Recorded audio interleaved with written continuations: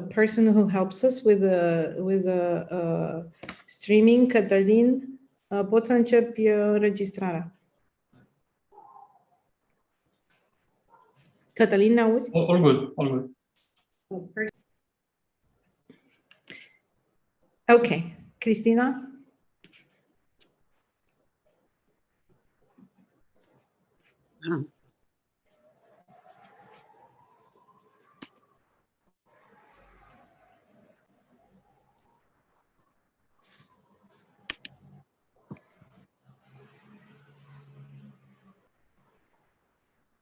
Cristina, can you take it? Your mic is off. Oh, pardon. Now it's better, I think. Okay, hello everybody. Thank you, Mrs. Friederike Heller, for accepting our invitation. And thank you everyone for being here at this dialogue, which is hosted by the University of Theatre and Film in Bucharest, represented by Mrs. Anca Ionita, head of the Theatre Studies Department. As you already know, the meeting is also part of the National Theatre Festival. Anca? Friederike, again, welcome. I just want to say that at this meeting, there are present students and professors from 4 important universities from Romania that cover theater studies, acting, directing, theater criticism, from Cluj, from Sibiu, from Iași, and from Bucharest. And we want to thank you for being today with us, and also for putting together the lecture for the students, the participants that are here today to start a dialogue with you on your production, Antigone, because it was, I'm a professor, so it was very useful, and it helped enlarging the context of your creative process. Again, welcome, and go back to you, Cristina. Everyone can see the performance Antigone on fenete.ro until Wednesday night. And now I shall start with a brief introduction of our character. She became famous by staging Elementary Particles based on Michel Houellebecq's novel. In 2004, the critics elected her Young Director of the Year for the production Under Blues at Burgtheater in Vienna. For 3 years, she was a dramaturg and director at Schaubühne. Then she worked in Vienna, Munich, Graz, Stuttgart, Frankfurt, Moscow, and so on. So, Mrs. Heller, you decided to use only 2 actors for all the characters in Antigone. You said the main reason was the ancient structure of a Greek tragedy with protagonist, anti-protagonist, and chorus. But I read that also in Elementary Particles, 3 actors played all the characters. Why this option? Do you feel a performance is more understandable if performed by only 2 or 3 actors? Do you think an actor who acts more parts could reflect better the multiple layers of the human personality today? Or which is the reason? Actually, the decision to stage the Elementary Particles with 3 actors only was mainly due to money reasons, because it was my first production I ever did on professional stage, and it was set out for young artists with new ideas, and there was not much money, so they could only afford 3 actors. And I didn't mind, because from the theoretical side of things, I'm very much into Bertolt Brecht's episches Theater, epic theater. I like to use his ideas, like not to follow it correctly, because there is no being correct in theater, I guess. But I like his ideas, and I like the freedom it gives artists to hop into a character, hop out of it, be an actor visible on stage as an actor, not as a character or a figure. And I like the space in between the figure and the actor and the character he's acting out. So I just returned from this opening night in Liechtenstein in the Alps yesterday. And that was a good spot. I had 4 actors acting 47 characters. So we're changing around all the time, taking off a hat, putting on a beard, putting on a dress, being a woman, being a man, being whatever was needed. So I think it's big time fun too. And I like the actors to be sort of well served, like to make them go, to make them hot and steamy. And so, and I like it if, I like when actors have, I call it text democracy. So there is enough to do for everyone involved in the show, because otherwise you get strange and weird feelings sometimes backstage, and I don't want that. So, but what are this the is like a practical and a theoretical reason for your answer, for your question. And what are the challenges to work like that with only 3 actors with 47 characters? To get dressed ready in time backstage, because you can imagine they all had like 10 times to change clothes or stuff to change the character.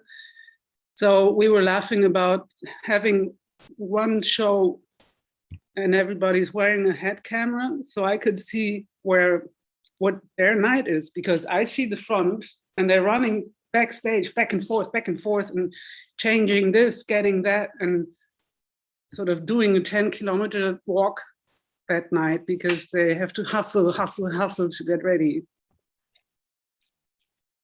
I'd like to add one more question, and that's all. Could you please tell us a little about the way the performance Antigone ends? Because I remember the end was so spectacular for me. I saw it live, but in the video, actually, we cannot realize what it happens. I think I remember tens of spotlights fell down and surrounded Creon. Why did you choose this option, and what was the meaning?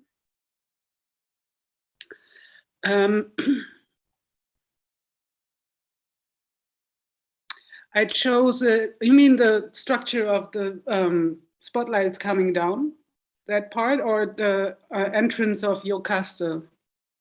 No, not Jocasta, what's her name? Sorry, Creon's wife? But I think you mean the spotlight part, right? You know, like I told you in the lecture, I decided to basically not have anything on stage, like no stage design. But this was not quite true, because the structure on the sides and above the actors was our stage design. They were not part of the stage usually, but they were built for us and put in place. I like to make visible the technique of theater. I have a little déformation professionnelle, I guess, because I can go into a concert or a theater without seeing the surrounding frame. I always see the stage. I see the lights. I see when the stage design goes like this, because one slams the door and it's only cardboard or wood and not really plastic wall. So I wanted to be honest about making the structure visible, and the stuff, I wouldn't know the English term. In German, it's Dreipunkttraverse. It's the silver thing where the zigzags are to make it stable. And this is used in show business, of course. And I knew it was going to be much of a show with a band on stage and stuff. So I chose that material and put in all the lights. And I wanted basically to make the heavens come down over Creon, so that his full view of the world, his perspective should be broken in the end. So I let it come down on him. Okay, I would like to invite the other attendees to express their thoughts and ask any questions. Vă rog să interveniți.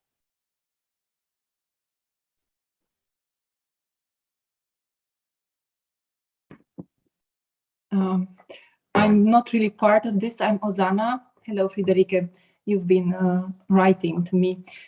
Thank you. Hang on, I have to find you in the place. No, I just wanted to pick up where you left it and tell you that we've invited Schaubühne quite many times at the National Theatre Festival, and our last opportunity to have a live show was hello.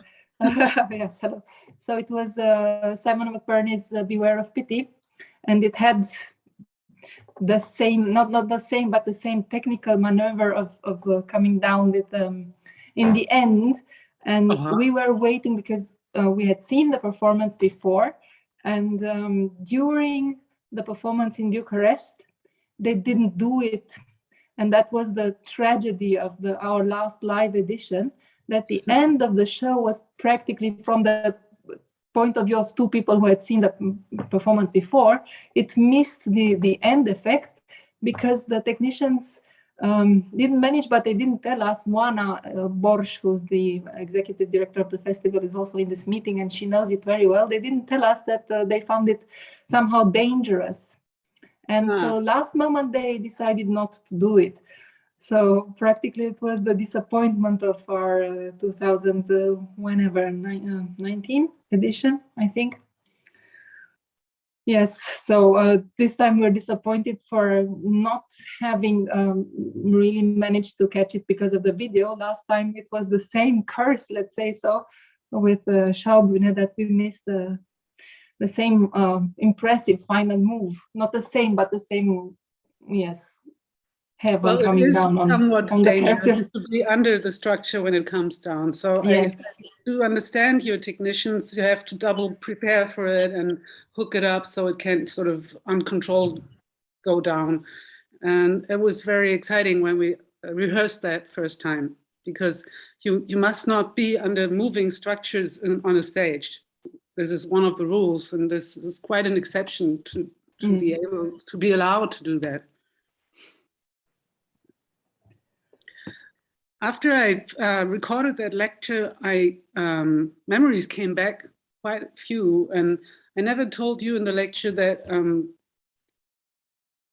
when we started rehearsals, it was 3 actors.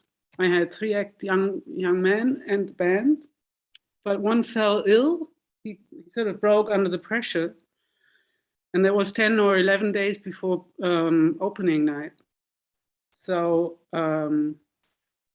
we were really in a crisis and trying to see clear what's best for us, because you couldn't, and maybe you can tell from the show, you couldn't quite sort of just fade someone else in. It was like so close and so intimate between the characters and the actors and the band that I decided to sort of not rewrite it, but restructure it. So the moment that Antigone becomes Creon for a moment, and the fact that Ismene is changed to Haimon, that was quite the consequence of that character falling out of the show 11 days before opening night. So it was a little bit of fate that directed there too.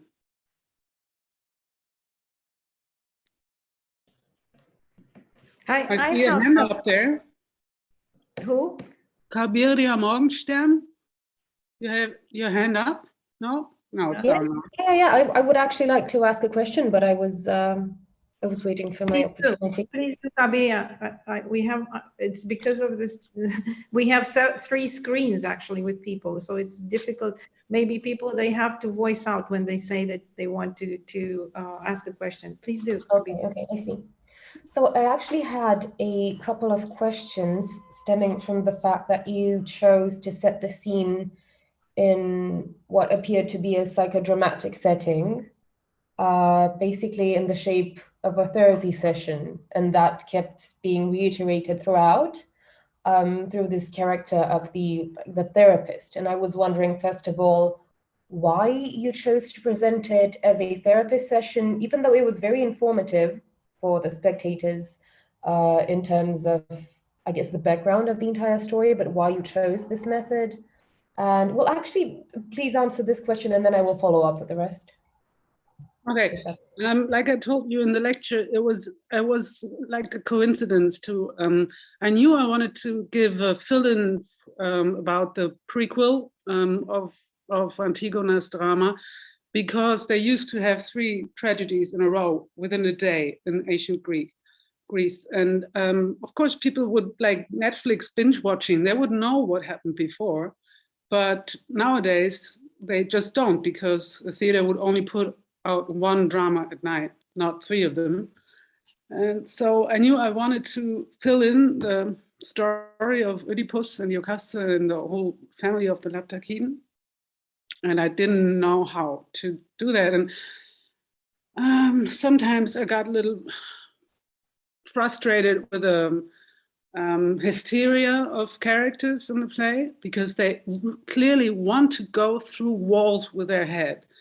Like, I want to bury my brother. And for me, as a modern, maybe postmodern individual, it felt like too strong drama queen effect. And why not sort of talk it over? Why not find different ways? And so I was frustrated with the conflicts, and I told my dramaturg I would like to send them all to therapy. And this is where the idea was born. And we had a good laugh, and then we said, well, why not? But of course, we had to find a very bad therapist to set up the course of the events of the night, because it must go wrong to go into the drama. So we chose this very, very strange character, Bert Hellinger, who was quite a prominent therapist and inventor of the system therapy. And this is, I still haven't looked it up, what it's called in English. It's when one person sets up other representatives in a group or other persons of a group as representative of his own family members. So one is... That is in like Romanian, in Romanian, it's called, the translation in English, I don't know whether it's motamo, but I'm going to translate it. It's called family constellations. Family constellation. That sounds proper. And so we fumbled around with it in the rehearsals just to get to know a little bit. And I was really, really surprised what kind of emotional power it was hidden inside this method. And the one actor that fell out of the show, he was actually the one whose problem or whose question, he was in the center of the family constellation. And it was really strong. Like, he was maybe emotionally unstable already then, I didn't know. So I felt, wow, this is really a mighty tool for people to get into emotions. And this is why we chose that one. But I would be very, very, very respectful is not the wrong word, but I think this Bert Hellinger character in real life, he did crazy stuff too. Like, he made many, many people unhappy, and he was very controversial. So does that answer the question? Quite, so far, yes. My question arose from the fact that I was very surprised that after the puppeteering moment, this therapist character, he says about himself that now he is in control, he gains control, which appears to us as if he would abandon this sort of impartial position that he initially held as a host of a therapy session. He left his position of ubiquity, I guess, and entered their world in a way. And I was wondering whether that is an objective happening, or if it is a sort of distorted reality that is being viewed from the perspective of one of the characters. Because it's very surprising. It's very out of character in a way. Mm-hmm. It was actually a copy and paste because we had a video we had watched about a therapy session of Mr. Hellinger, and he did that. This is an original saying. So he goes into the therapy session and takes over the power when things get out of hand. So that was what empowered me to do that, because it was original. And I think, if I remember right, it was one of those points where I had to do something after the third character dropped out of the show. So I needed someone to make Creon turn around. And so I picked Peter again. Sometimes things are just needed, so we do them, not thinking too much about it. Well, it's actually really, really surprising that that happened, that it was a real thing that you copy and pasted, because it's so unexpected. And I guess the fact that it's so unexpected makes it so very real and visceral. Thank you for sharing that. Welcome.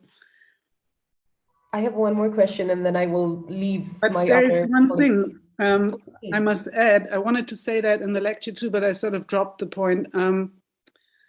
Peter is, as you noticed, he's a singer mainly, and he has this very, very, I would call it pastoral voice, like he was a church guy or something. He is very soft tone. So we laughed our asses off when he started acting like a therapist, because he's so soft and he's so warm, and he's telling the greatest bullshit on earth, but he's got this tone. So yeah, that was really fun. There's one more thing, and I will definitely leave it up to my colleagues, that you mentioned in the conference, actually. When you were talking about your style and your choice being kinky or campy, you also, I love that, you also brought homoeroticism into consideration. And it made me wonder, because there is no explicit portrayal of that in the play itself, although you casting an all-male cast, well, obviously raises the question. But I was wondering, since you actually mentioned it earlier, answering one of the first questions, that you like the space between the actor and the character, right? And that made me wonder if we are to view them as individuals that go to a therapy session where they have to put themselves into different characters, when there are, especially in the ending, but not exclusively, when there are moments of intimacy or possible eroticism, do we view them as the people that have gone to said therapy session, or do we view them as the characters interacting with themselves? I would say you're viewing 50-50.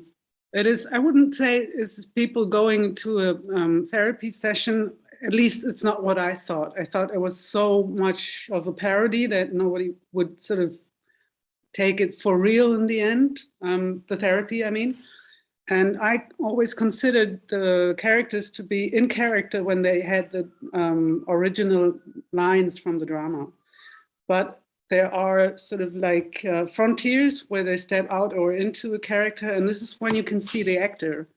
So I was, like I said in the lecture, I was following a red line beneath the plot of the drama, which tells the story about those two young men being in concurrence and trying to fight over the power on stage, but as well go into an erotic conflict, which is not to be solved in a positive way, but at least, and I decided for that also because I think short before I did Antigone, I was the first time staging Shakespearean plays, which were all male casts too, then in the 16th century in Britain. And if you read it like that, or if you see a show which is an all-male cast, you find so much more or different eroticism in the plays than if you have Juliet as a young lady and Romeo as a young man. And this is, of course, a sort of eroticism that must not be talked about or spelled out, obviously, but it's still there, and it will link to the audience without words. So you can't have problems with censorship or church or whoever wants to not happen those things on stage.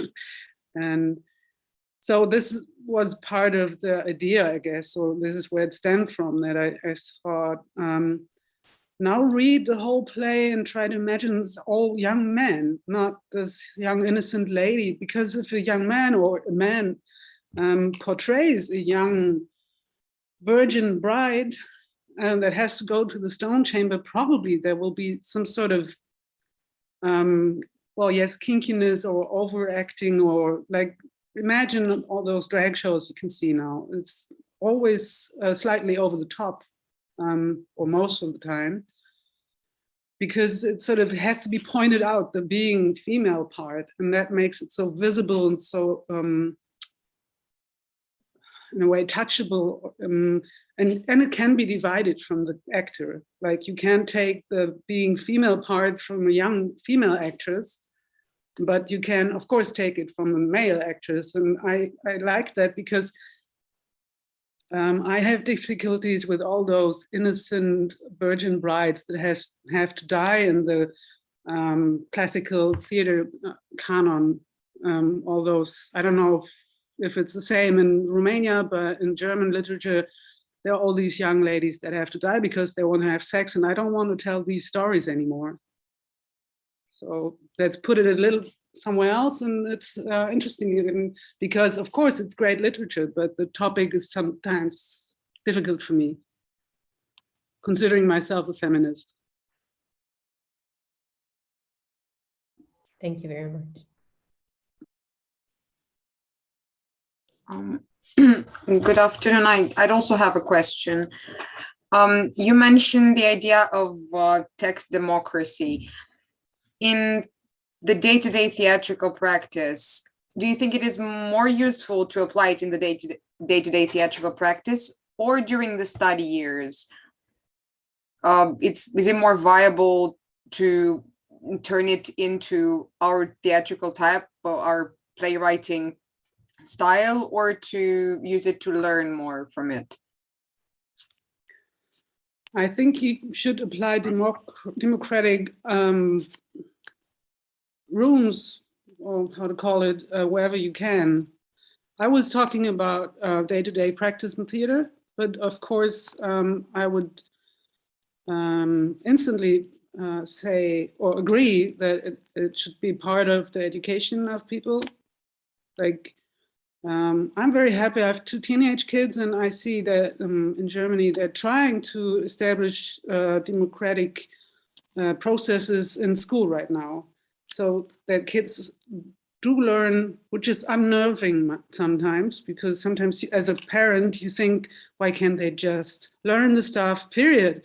But they're learning how to learn together, how to help each other, how to sort of find rooms, especially with homeschooling and the pandemic, how to find ways to sort of be a part of a democratic system instead of always fighting to be the best. And in the basic line, I like that very much, but it's of course a very complicated process, because kids or humans tend to try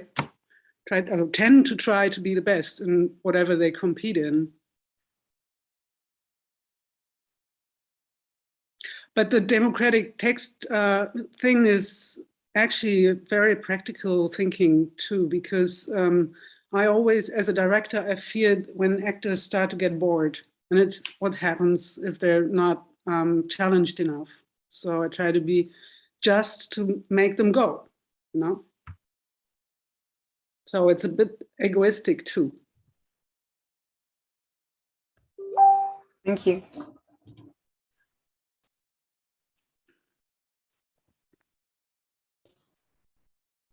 I have a question, actually. I found that the chorus part, which was sang, was very poetic. It really got through the whole drama. And although, as you also said in your lecture, and which is also one topic that's still debatable, whether when you sing the lines, people don't pay attention to the lines. People don't pay attention to the meaning. They pay attention to the melody, to the tune, right? But the way the way the music was composed and the way it was performed, it was actually bringing out in a better, in more vivid way. And this is my, because you also brought in the adaptation of the text, actually of Hölderlin's translation, which I think it's also a topic that we can debate today, because we deal with all these old translations with dusty, with words that are really out of use. In Romanian, you're saying that, you have more modern translations than the Hölderlin's ones in German. Well, the Greek tragedy, I can tell you, it's somewhere back in the 1960s with us, someone back in the 1940s with us. And nobody has actually done a translation that would be with the current vocabulary. And so going back to my question, you said something very interesting. It's always like, all my students, especially the theater directing students, are saying, we have to, and I'm going to just make it contemporary. We have to make it, să contemporanizăm the text. But the making it contemporary is not a process of putting contemporary words into it just like that.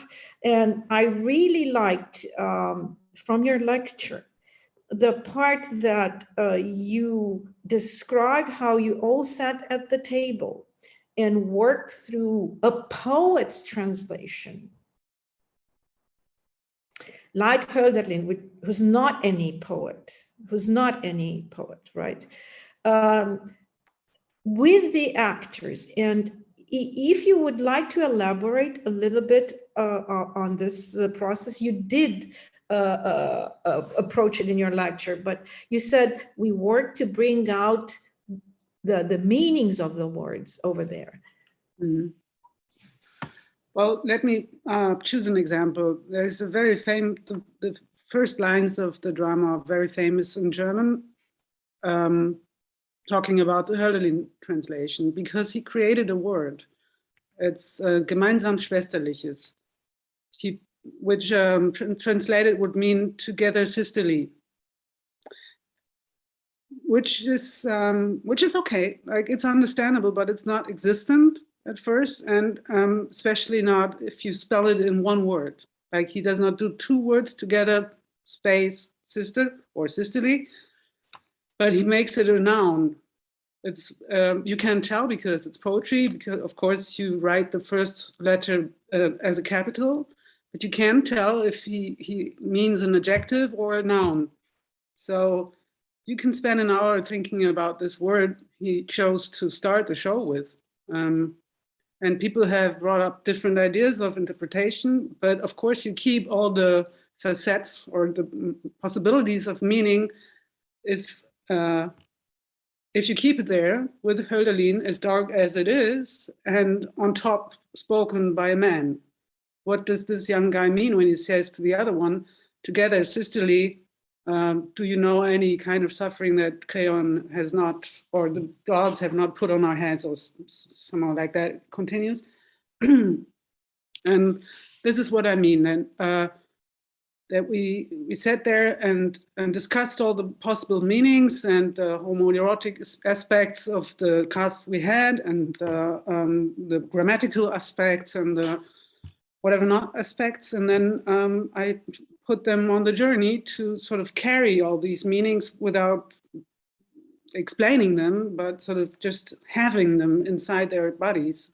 So, and it is like this. If you listen to Hölderlin's translation of Antigone, the way it is put on paper, you wouldn't understand it, period. There's no chance, I would say, you can, just from listening to it, understand it, which is with a lot of poetry of Hölderlin the same, because he had to hide so many things from censorships, I guess, and because he was obviously psychologically unstable too. And so one mean that was very important to me was, as you started your question, since so many lines of the play would be sung, and since the translation of Hölderlin was so dark sometimes, it was of absolute importance that people were able to read the text while listening to it. Because I do understand better if I can read the stuff, like everybody knows with subtitles in movies or series. You get better orientated if you can read it too, what you listen to. So, or at least the part that was sung. I'm not sure if we did a whole text or just the music parts. Forgot about that. So yeah, that. But the first point in rehearsals, and this is something important to me as a director too, to make it contemporary, is to be open about what I don't understand. Like I try to prepare, of course, I do understand what I do understand, and I try to read about stuff I don't understand, but sometimes there are twists and turns in a plot or in a text I just do not understand why they do come. Maybe I do understand the words, but I don't understand the deeper structure. And this is what I have to be open about towards all the other people in the ensemble. And sometimes you can help each other out. Like someone has an association or has written, read something else before. And it's very important to me to create an atmosphere of openness, like to not be perfect and perfectly prepared to answer all questions, which nobody is possibly able to, I think. But in Germany, directing used to be very much touched by the cult of genius, like all these important, mostly guys that were big artists or believed themselves to be big artists, and maybe they didn't want to be touchable, and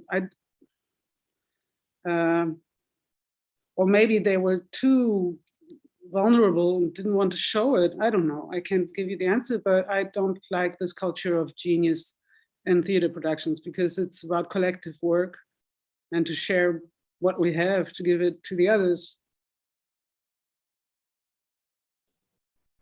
Thank you. I would have another question, but I don't want to. Maybe some other student wants to ask something, because I can go on with, but okay, I will ask the other question. Because unlike Christina, we haven't seen the real production. So we met your, met your Antigone through online, through this medium, and through the camera that filmed the performance 10 years ago. This is it. And I found it absolutely, I don't want to say big words, but absolutely brilliant, the thing with the therapy session in terms of dramaturgical tool. Fantastic. For this family, for sure. It works perfectly for this family. I mean, for the Labdakos and for the Oedipus family, this is the thing. And what I noticed, it was that the audience was laughing. So the audience in this recording of one of the performances of your productions understood the irony, the detachment, well, this is what we're doing, as if. And many times when it was supposed to, they would change the identities, they would change, and there was some sort of a contre-cœur. But I was just going into this, and right now you cut me, and I have to go into this different direction of the participants to the family constellation. People were laughing. And sometimes I didn't. I was like, this is very serious. And I wanted to ask you, how was your production received by the German public at that moment? And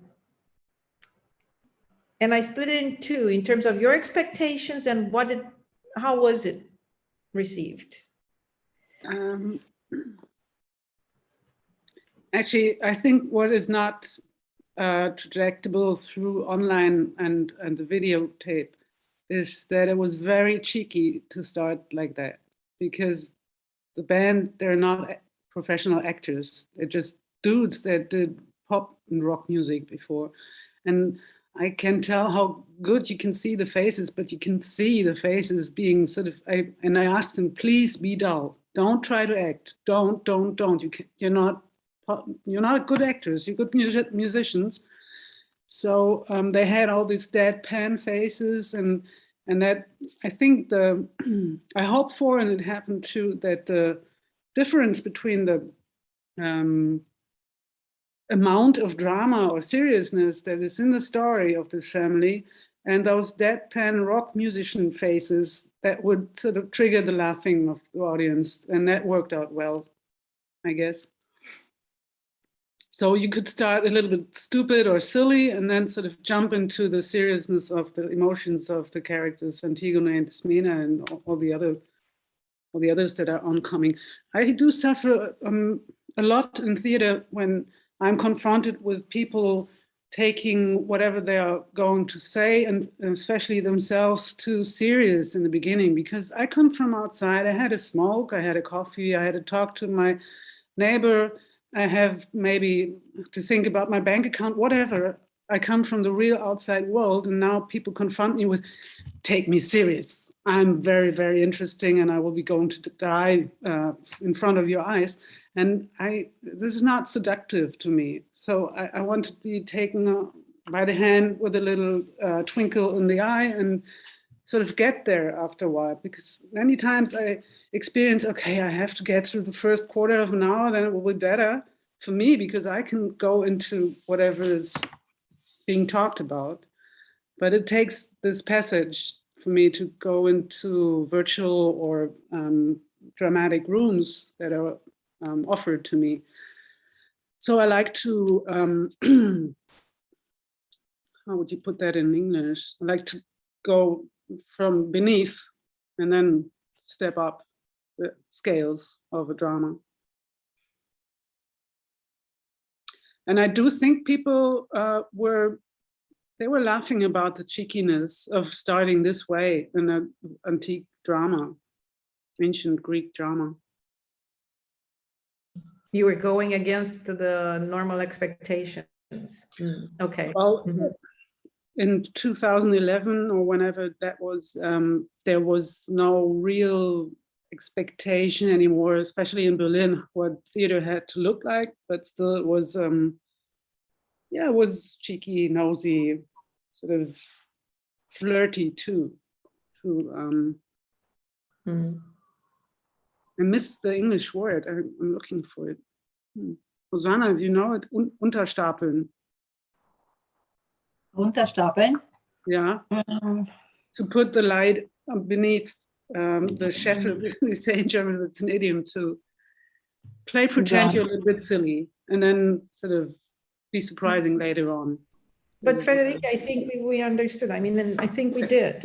I think we did in terms of not going directly into the spotlight. She lighting the things from beneath and gradually going into the, without people really noticing, which is again, I'm a little bit manipulating you here, a little bit manipulating you into being to getting into the core of the action of what it's really blood and flesh and conflict. I asked you that because I was a little bit envious on them, honestly. It looked like the whole, from what I perceived, the whole auditorium was really trapped into what you were, the whole group presenting on stage.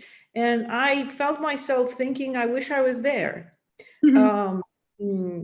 Which is again something that it's a little bit frustrated. I mean, I think the whole thing with watching performances online, it does make you, when you get interested.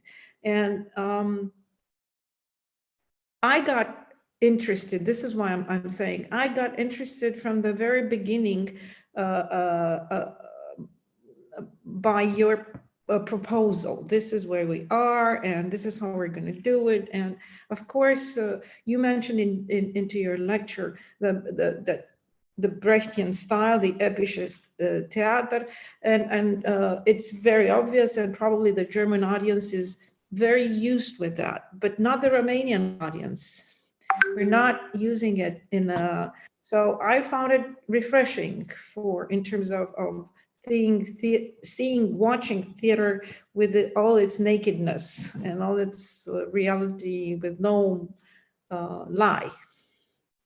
But I rest my case so that other people will ask questions. I see there is a risen hand in the board. Yes, it was mine. Hello, my name is Miruna, and I'm in my first year of directing, theater directing. And I have a question. Your camera is not working, right? Yeah, it's not working, sorry. So my question is, what advice would you give to a beginner in directing if they wanted to direct an ancient tragedy, such as Medea by Euripides, because that's what I want to do. And I'm curious what you would have to say about that. It's funny because I always refused to do Medea, but this is sort of private because at one point in my life, I almost lost a child. And so it's like a little bit traumatic, and this kid is alive and well, so everything's fine, but I can't approach the topic without sort of dissolving in tears. And in general, I could give you the advice as a director, as maybe starting a career or a process of directing, is try to be honest to whatever makes you insecure. And this was the best the professor I was taught by gave me at hand, because he said, you're very skeptical about so many things, Friederike, and you do not believe as easily. And you don't believe your own ideas, you don't believe the ideas of others, you're always this sort of little bit be honest about it, open up, share it with other people, and use that as an opener to yourself and opener for the others into a collective atmosphere. So I trained that. It was sort of not really easy, but I had good experience. So I kept on training, and I find it very freeing. Can you say so? It makes you feel free. And so this is the first thing I try to do when I get into a new production. I try to be open about my questions and insecurities, and try to create an atmosphere where everybody is allowed to be unsure or not effective or maybe not well. And on the other hand, concerning Medea, of course, it is, you can't probably stage this play without thinking about the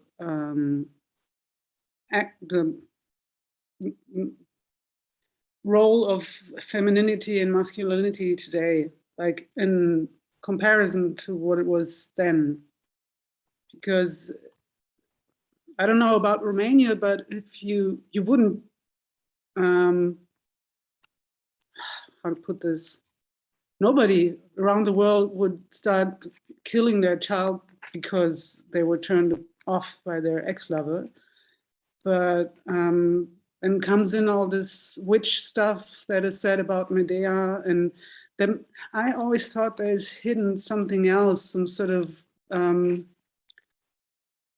racism, exoticism that is underneath the woman-man fighting about power and love thing. But how exactly to divide that and to prepare it so you can see the love story that's failing, and on the other hand, the civilized world that is not accepting the not civilized, the barbarian Medea, how to put that apart so it doesn't mix up altogether and be unreadable, I can tell you. But good luck. Thank you very much. Thank you. Did you stage any other Greek tragedy after Antigone? No, I didn't yet. Why? Due to respect. And like I touched it in the lecture, I think, but just for a minute. I started into Antigone hating this person. I really disliked Antigone because she was such I thought it was so hysteric and so, in a way, she says she needs to do it for the gods and she needs to do it for her brother, but I felt a very strong impulse that she needs to do it, the burying of the brother, for herself, maybe in a suicidal tendency, but in a to be famous tendency too. This was my initial response to that character, and I really did understand, although I see his mistakes and his narcissism, but I did understand Creon much better, because he's on the rational side of things. And so the whole process for me was to sort of get into connection to that Antigone figure. And because I always dislike heroes, or most of the time. Like, okay, I do like Batman because he's so hurt, but if a hero is just a hero, I just don't believe it. So, yeah, it was a way, and this is what makes ancient drama for me so far away, because there's these strong and irrational moves most of the time, like Medea kills her kids, and other people don't accept their kids anymore, and in other ways, in the Phoenician, I think it is like that. And with comedies, it's even worse, because I think the jokes are not funny anymore, because they were pointing at something specific in that time, and you can't even know what it was about. And you try to make old jokes working, it's hard stuff. So in a way, I don't dare. I think it's very, it's not easy, ancient Greek drama. But and there are not many plays translated by Hölderlin, which came in very strong for me, because I do love Hölderlin a lot. I see why. But there is a line there: the heroes are children who took over the role of the superiors in hierarchy. What importance has this line for you? Could you repeat it again? The heroes are children who took over the role of the superiors in hierarchy. Yeah, I like that line. It corresponds to my feeling of the hero or the protagonist most of the time do something stupid in the course of the events of a drama, which is, I was taught, is the tragic error. But I get so furious with the characters when they do those mistakes. You could do it better. You could just leave it like that, or do this, and then nothing would horrible would happen. but obviously this is what gives the power to those drama pieces, because everybody knows how easily you make mistakes that have very bad consequences in your life. So yes, there's a lot of similarity between kids and the heroes of a drama. I do sign that.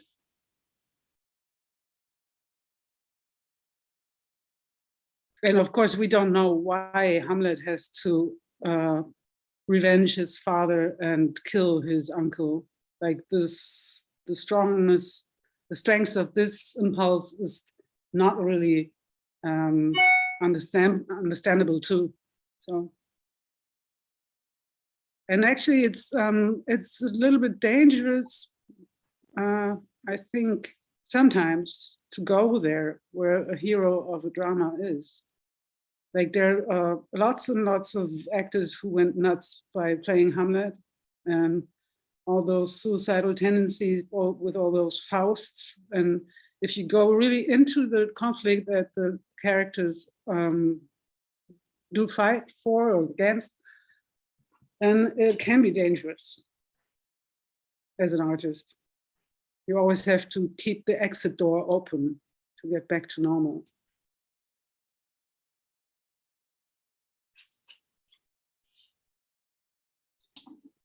I have a question as well. Well, first of all, given this is an ancient tragedy, I'm curious, why did you choose to portray it with this sort of glamorous touch? Although this may seem like an insignificant detail to some, I'm really curious, why was all that glitter on stage, and why did you choose it, and what was sort of the dramatic purpose of it on stage? Asking back, have you ever studied the costume design and the makeup of the Greek artists from back then? Like they were sketched on vases and walls too. Have you an idea how they look like? We touched on it a bit. The torsos of the coturna. They had these little columns underneath their shoes to make them bigger and more impressive. And I found it very inspiring and very camp and kinky too, like drag. This was the initial point, and then it came in very handy to do the burying part with glitter, because you could. I only had 2 actors and no extras to play the dead brother. So I wanted to see a form on the floor. So I needed something to make that form. And then so we came up with that glitter, and he puts himself underneath it, stands up, and you see the corpse on the floor. So, but the initial idea was, okay, we're doing the show with all male cast. It's a love story too, actually it's Antigone and Haemon, but when we go through all the characters between those 2 actors, there will be some sort of erotic tension too. Not positively all the time, but there will be tension. And so there's the glamorous exteriors found their way into the show. And I like, basically, I like that. I think, especially in Germany, this time of the year is so much gray and dark. So I like to be light and glittery.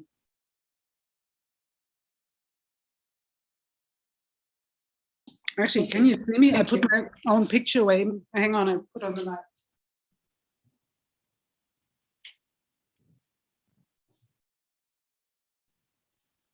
Should be better now.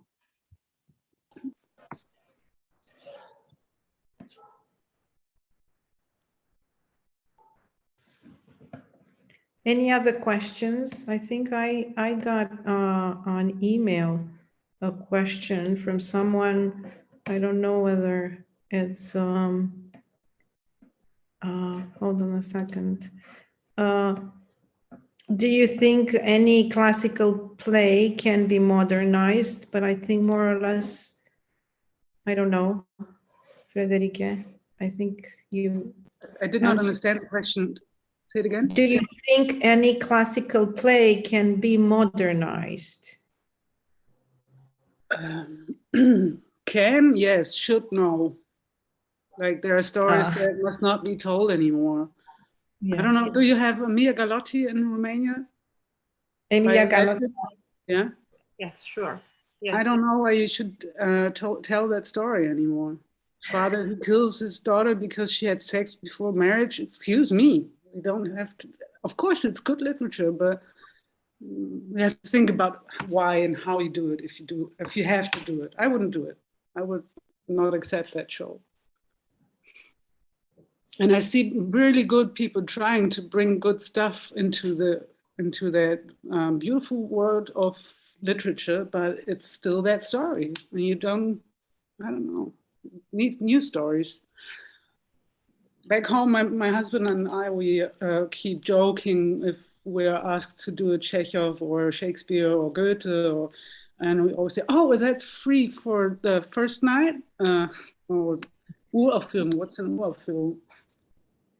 Because it's done again and again and again and again, and it's more about, look how I did it, and not about the story sometimes. So I'm very much pro to contemporary writing and contemporary experiments about what's possible in theater, especially if it's going in this hybrid. Do you say so in English too? That you have it partly online, partly live. There's much more to explore, I think.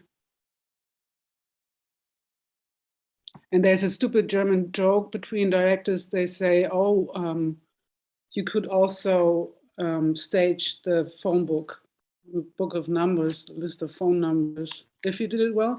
And there's this guy you probably know, Herbert Fritsch.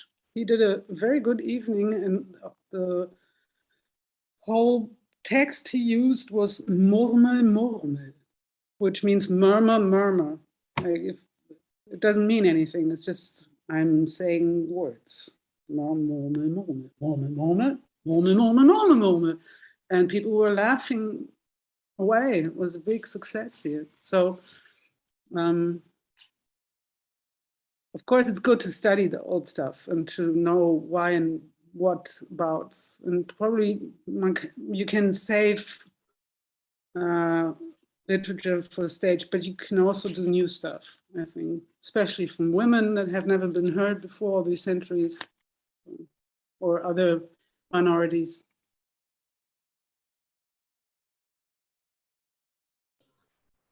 Well, any other questions? Are we ready to wrap it up?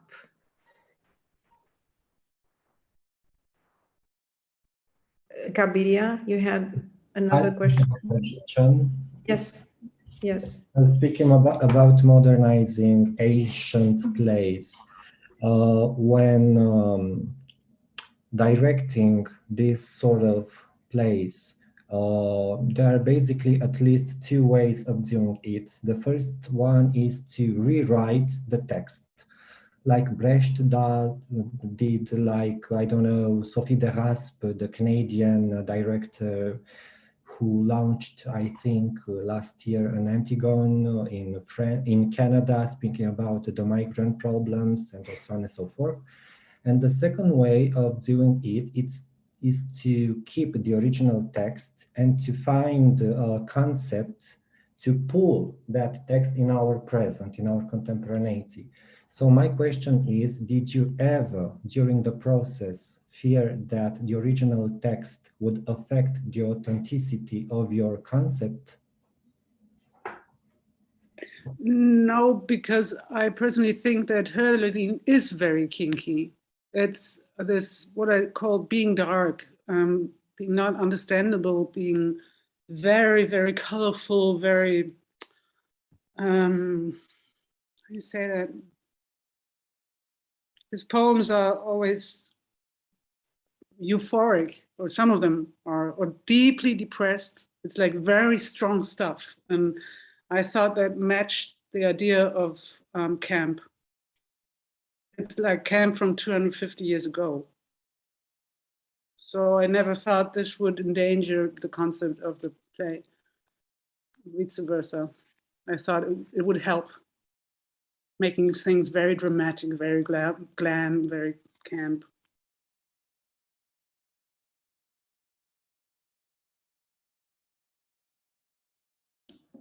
I do think it's a good tradition to rewrite an ancient drama. But then again, I read Brecht's Antigone and I thought it was, and Ennui, and I thought, well done, but it's just for that moment. Then you can do it for your contemporary moment. But there's no use in, for me, reading the Antigone of Brecht that he did in 1943, I think. Or when was it? 44? Connecting to the World War and everything else. That's a very good point, that the rewriting is for that moment. Because when you do it, you're doing it with who you are at that moment and what is around you at that moment.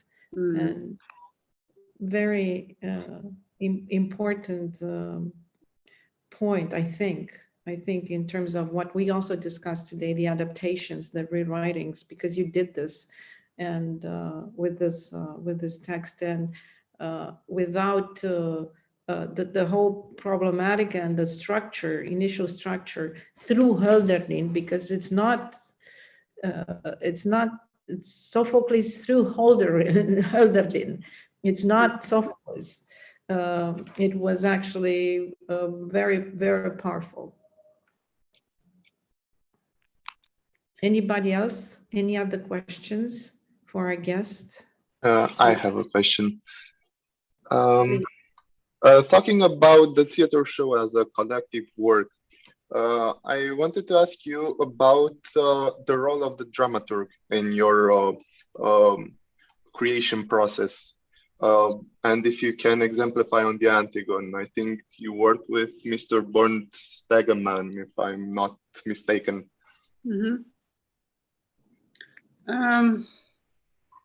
I ask you because in the Romanian language theater, the institution of the dramaturg is not as rooted as is it in German? Yeah, we always say the dramaturg is the literary center of the theater, which is, I think, a very German thought, because everything has to be written down and everything has to be ruled and orderly. Actually, Bernd Stegemann is a very prominent and very bright head. He's one of the smartest dramaturgs I know in German. But he's not seen very often on rehearsals. Like, there are different types of dramaturgs. Some like to always sit on the right side or left side and get the whole process. And he's this type of dramaturg that comes after 3 weeks of rehearsals and has a look from outside, which I like. Because I myself do tend to not need a dramaturg, but for the dialogue. I need to think loud when I'm looking for answers. I can't think alone. I need the dialogue with a person that is interested in what's on stage. So this is what I need a dramaturg for. Otherwise, I'm very much into that direction myself. I have written stuff. I have adapted novels, and I'm very much a person of the written word. So I don't need very many explanations when it comes to that. But I do like to work in a team. So I think this is a counter way. I don't think that dramaturgs feel bad next to me. That would be sad.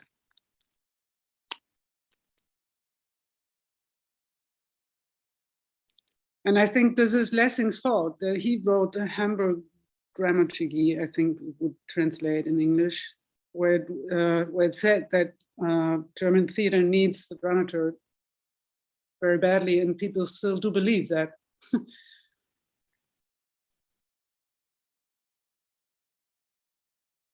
But I think in many European countries, a dramaturg and a producer sort of match, don't they? Yeah. And I learned that Germany is very much like paradise for theater artists, because there was this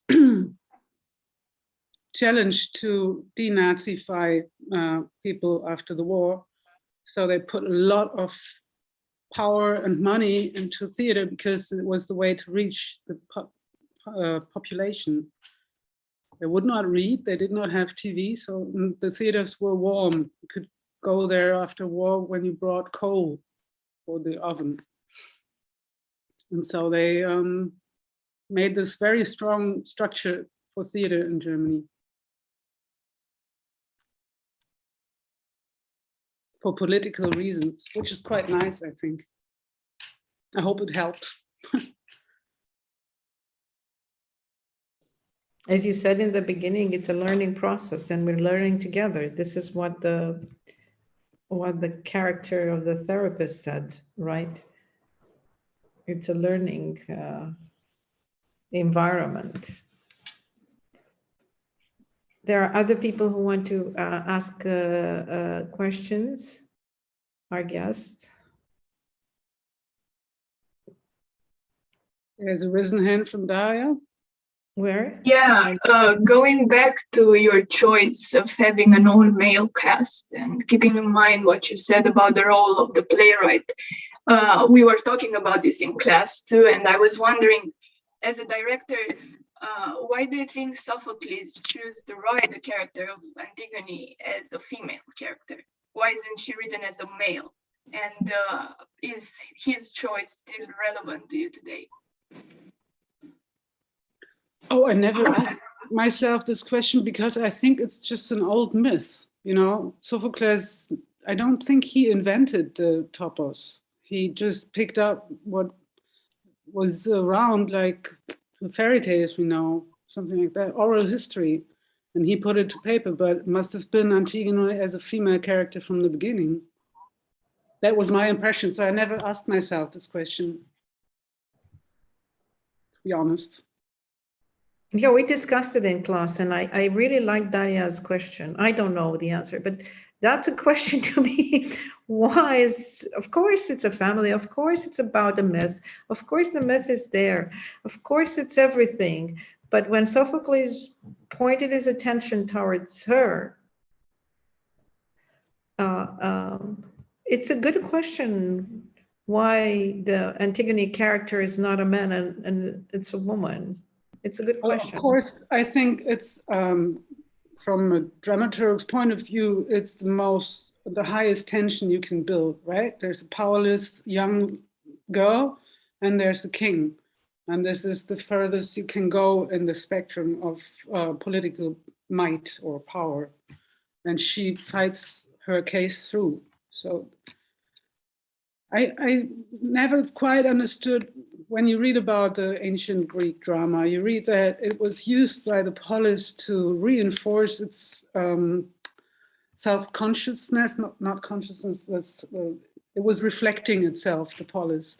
So I don't quite, well, I do get with Antigone that, yeah, okay, she has to die, but she makes a strong point for her personal anarchy is maybe a strong word, but for personal needs. And I thought it should, they would have, well, of course she had to die for being so subjective, but I still think, or maybe that was an accident, she's stronger than her death. Like she survives morally 10 times more than Creon does in the end. So maybe, or maybe the authorians in Greece were smarter than I imagine, that they leave room for this feeling in the audience that Antigone is a more strong person than Creon is, and the individual part will sort of, in a way, always be stronger than the polis and its collective rules. Or maybe it was an accident, I don't know.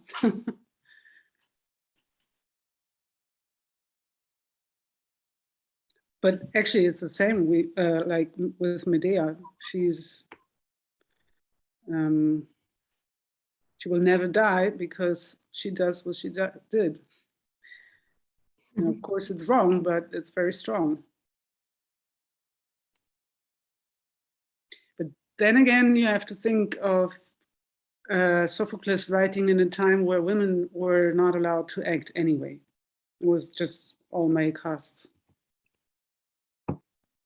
And they didn't have a voice in elections, etc., blah, blah. They just sort of didn't politically exist. And yes, this is what I was thinking. Maybe it was some sort of an underground current at that time in Athens about the voice of women. Maybe this is why these texts are beautiful, because we cannot decide it is like this. They always have more resources to bring out. And maybe this is an idea that it comes out of our conversation here, out of this forum that we have here, that maybe it was voicing something out, Sophocles, at that moment, pointing to a woman. But of course, Friederike, it's what you said, it's a great and powerful dramaturgical tool to put two people so far away. I have to confess that when I'm teaching, when we get to Antigone, I have the same position as you. I don't like Antigone, and I find the Creon nicer. And all my students are like, what? She is doing this great stuff. And I'm constantly challenging them, telling them that she's really arrogant and that she really goes on. But I really like this hysterical adjective that you put here. And suddenly, after I'm fighting against my students and they come and they giving new arguments, suddenly I give in, and she comes out with this power that she has, that you... She does. Well, there was a very strong production of Antigone. I forgot who did it. It must have been in the 70s, of course, because we had the story of the Red Terror by RAF. Maybe you have heard about it. Mm-hmm. And someone compared Antigone in that production with the most prominent of one of the female terrorists, Ulrike Meinhof, and that was very much in my mind, because it was like my socialization to see that comparison between Antigone and this terrorist woman. And what did I want to say? Maybe this is why I had this sort of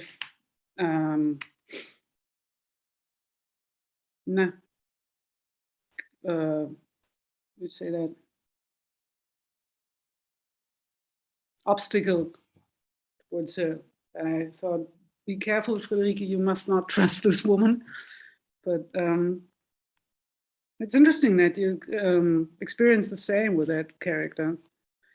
Because having done the production, I'm fine with Antigone now. It was just that my way getting there was sort of, marked by this distrust and dislike sometimes. We had an Antigone production in 1993, so when it was a war in Bosnia. And a famous Romanian director, Alexandru Tocilescu, did this production at the Bulandra Theater with as a setting, as a proposal, directorial proposal with the Bosnian War. So Antigone is a soldier, female soldier, but she's a soldier. And Creon's palace was a bus which was burned, and it was put on the stage, and everybody was wearing, they were dressed like soldiers, and we're in Romania, and we're very near to Serbia. And I remember from discussions with directors in that moment, I remember another director, Tom Pagabor, saying, how are we doing theater today in Romania when there's a war very near to us in the Balkans? We were supposed to, has an impact on how we're doing theater here. So Alexandru Tocilescu did this, and I was part of it because I was working part-time as a student at the Bulandra Theater over there. So I kept going to the rehearsals, and the idea of the conflict stood in my mind. The fact that everything is happening under the war siege, under the war destruction. It was very well portrayed, and it was the contemporaries. I mean, Antigone was made contemporary through this approach, and it really worked. It really worked. And they were also singing Balkan songs that were from this region. It was a powerful production, as I remember it, as far as but dear guests, since we've been here with Friederike, and she has been so generous with us and with her time, and was sharing with us so many insights of her journey next to Antigone. Do you have, let's say, one final question, and then we wrap up?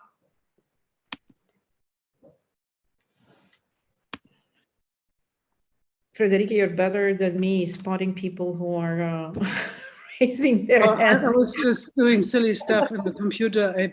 Some window opened and I didn't understand what I did wrong, but now I'm back again. So if I saw that someone put Ulrike Meinhof about Wikipedia on the chat. So let me get back to that one more time, because if you read it, she was very famous for his, she's being cited with the saying, if you're not for us, you're against us. And that was sort of part of the conflict within the group of RAF, that you had to be radical or you're out. And she was a very bright woman, but yeah, and I do understand a lot of what she criticized in Germany. But then there's this one point, you must not be violent, I think. And this is what they decided for.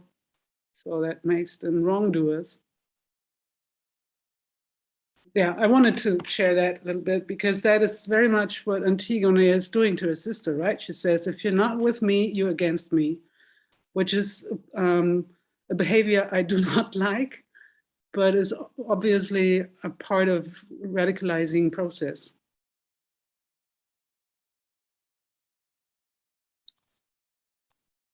So yes, if there are any more last questions, go ahead.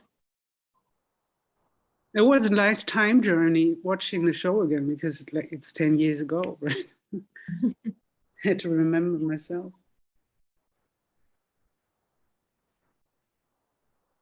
So if there are no more questions, let's thank Friederike for her patience and time and performance. Thank you for the invitation again. It was an honor.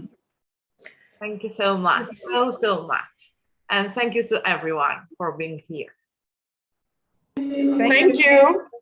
Thank you so much. Bye-bye.